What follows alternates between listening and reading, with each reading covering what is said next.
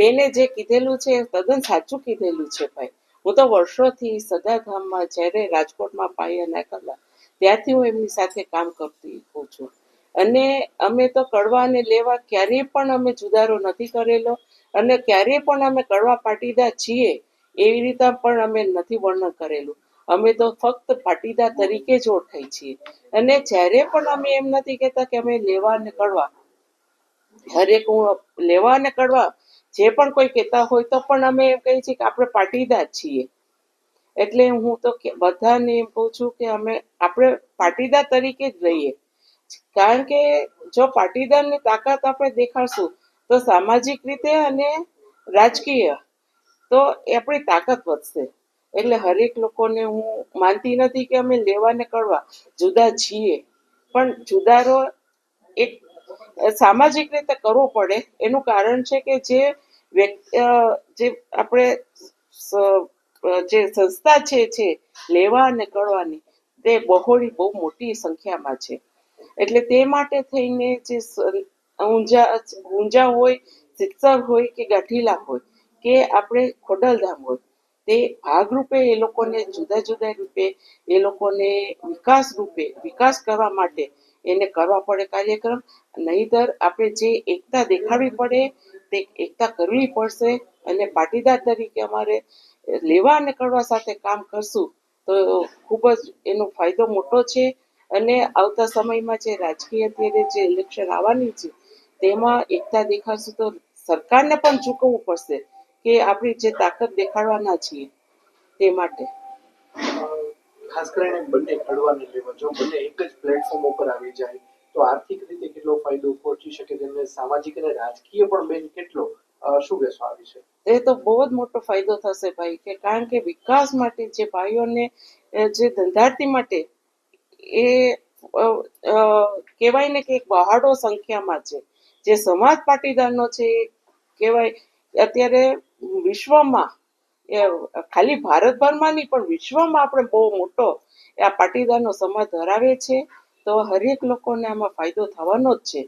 તો એકતા જે હું તો હજી વડીલોને, અમે તો નાના પડીએ છીએ આમાં, પણ વડીલોને હું વિનંતી કરું છું કે આમાં લોકો સાથે મળીને એક પ્લેટફોર્મ પર રહીને કામ કરશે તો બધાને પણ ફાયદો છે. એ લોકોએ જે પણ નિવેદન આપેલું એ તદ્દન સાચું છે. એની સાથે પણ હું સહેમત છું. જે કંઈ કીધેલું છે એની સાથે બધી વાતોમાં હું સહેમત છું. ખાસ તો ફેશન ને લઈને વાત કરી જયરામભાઈએ કે પાટીદાર સમાજની જે મહિલાઓ છે તે ફેશન ઓછું કરે અને પરિવાર ઘડતર વધુ કરે, તે પ્રકારની વાત કરી. યુવાનોની વાત કરી, મોબાઈલ વધારે ઉપયોગ ન થવું જોઈએ તે પ્રકારની વાત કરી. શું કહેશો, આ એક ટકોર સામાજિક આગેવાન તરીકે તેઓએ કરી? કેટલું અત્યારે પ્રભુત્વ વધી જાય છે મોબાઈલનું, બ્યુટીનું, ખાસ તો બ્યુટી પ્રોડક્ટ્સ ને આ બધી વસ્તુ સમાજમાં, શું કહેશો? જો ભાઈ આમાં બે વસ્તુ છે મહિલાઓ માટે. આ વર્ષોથી શિંગારનું જે મહિલાઓ માટે જે આપણા રાજાશાહીઓથી ચાલતું આવે છે, જે બહેનોને ભાગરૂપે છે કે શિંગાર એનું એક પ્રભુત્વ છે કે સ્ત્રી માટે એક પોતાની જાતે શૃંગાર કરવા માંગે છે. એ ઠીક છે, બરાબર છે એના માટે થઈને. પણ જે એ લોકો પાર્લરમાં $1.5 લાખ વેઠે છે દેખાદેખીમાં, એમાં એ લોકો ના વેઠવે.